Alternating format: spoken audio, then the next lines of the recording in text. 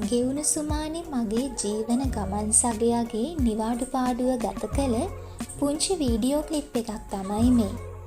විඩාබර වෙහෙසකාරී සතියක මනස නිදහස් කරන්න එයා ගෙදර ඉන්න වෙලාවට ගොඩක් කරන්නේ පොණ්ඩ එක අස් කරලා ඒකට තවත් අලුත් යාළුවෝ ගෙනල්ලා එකතු කරන එක. ඒ දිහා බලලා අපි දෙන්නම ගොඩාක් සතුටු වෙනවා. පොඩි දෙයක් කියන්නම්. හැබැයි වීඩියෝ එකට නම් අදාළ නැහැ. ජීවිතේ මොන බාධක අභියෝග පැමිණියත් විශ්වාසය හා ආදරය දෙපාර්ශ්වයෙන් රකින්නවා නම් දුක මුසු කරන් අභියෝග ජය අරන් සතුට වෙනුවෙන් ඉදිරියටම යන්න පුළුවන්.